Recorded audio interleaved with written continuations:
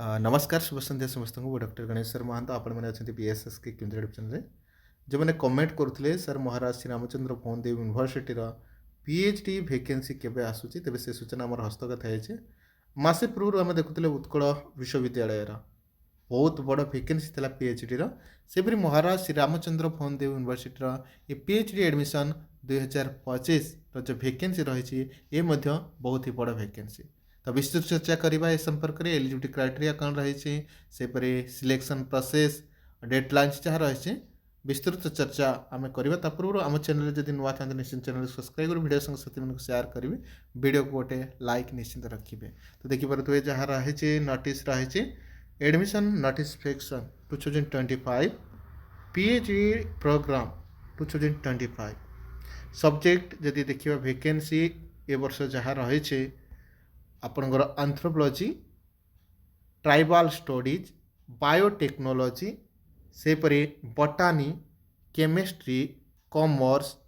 economics English life science सेपरी philosophy physics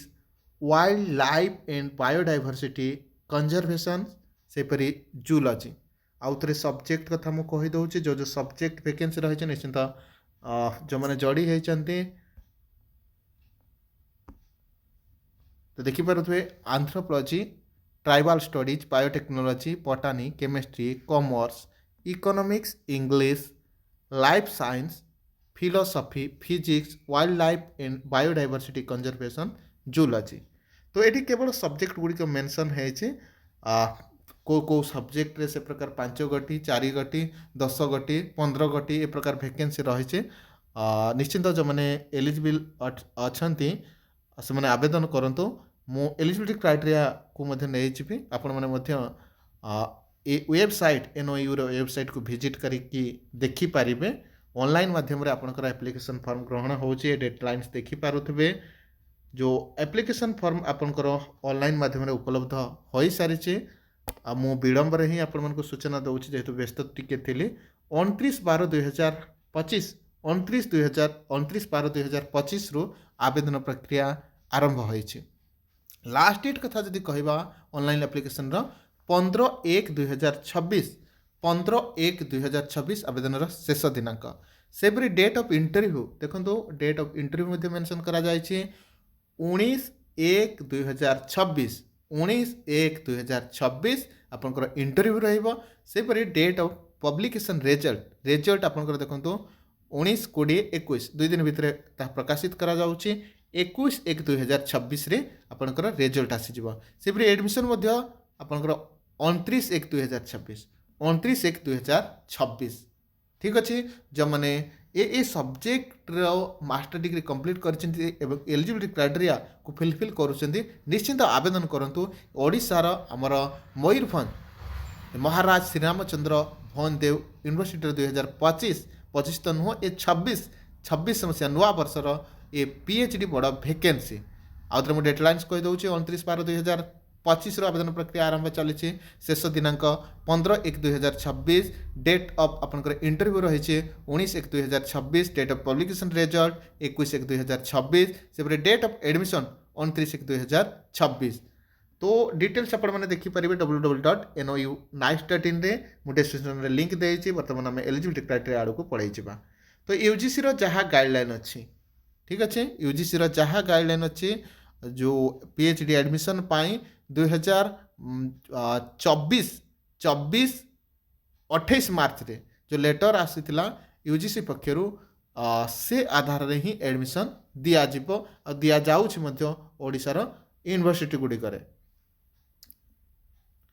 तो देखिपारे जहाँ नेट को आपणकर 4 भाग रे विभागीकरण करा जायछि जदि आपण से प्रकार केवल पीएचडी एडमिशन क्वालिफाई करूछंती यूजीसी नेट थ्रो रे केवल पीएचडी एडमिशन तेबे आपण एलिजिबल हेबे सेपरी नेट जदि क्वालिफाई करूछंती तेबे एलिजिबल हेबे सेपरी जीआरएफ जदि अछि एलिजिबल हेबे ठीक अछि यूजीसी रो गाइडलाइन को से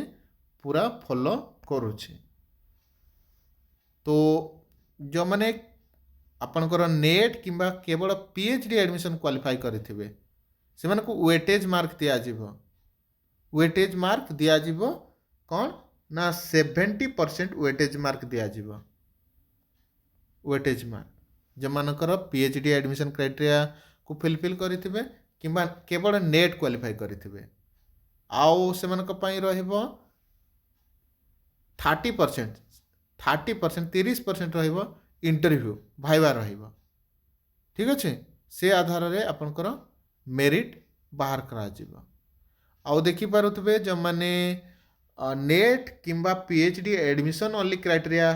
क्वालिफाई करिसेंती तांकर वैलिड रहुछि 1 ईयर केवल 1 ईयर है जेबे क्वालिफाई करिथिबे से डेट भितर जदि अछंती तो अप्लाई करि पारिबे आ जीआरएफ जो मैंने क्वालिफाई करछंती तांको पय 3 वर्ष रखा जाय छि 3 वर्ष भितर से माने एडमिशन करि पारिबे आउ सेमानको रिजर्व रहिबो सीट रहिबो जो मैंने जीआरएफ क्वालिफाई करिवे ठीक अच्छे तो यह ही सूचना थिला आमे देखुथिले महाराज श्रीरामचंद्र भौनदेव यूनिवर्सिटी रो ए पीएचडी एडमिशन नोटिस 2025-26 सेशन ये देखि पारुथबे 1/12 कौन एटा मेंशन हैला 12 नुह 12 करिसंदी हाँ 12 हेइथिबो 1/12 मेंशन है ठीक अच्छे तो आवेदन प्रक्रिया तो चालू रही आउ एबे भी हाथ रे 10 दिन बाकी अच्छी जो मैंने ये सब्जेक्ट अच्छा आवेदन करंतु आ मनरे जहाँ भी द्वंद्व अच्छी उच्चशिक्षा विभाग विषयक हो किंबा पीएचडी एडमिशन विषयक हो निश्चिंत मते कमेंट करेंगे मु सहयोग करी आउ आम टेलीग्राम चैनल रही आम टेलीग्राम चैनल जोड़ी होगापी डिस्क्रिप्शन में मुझे लिंक दे दूँगी से आपण मैंने जोड़ी हो पारे ए प्रकार वीडियो आपण मैंने निश्चिंत सूचना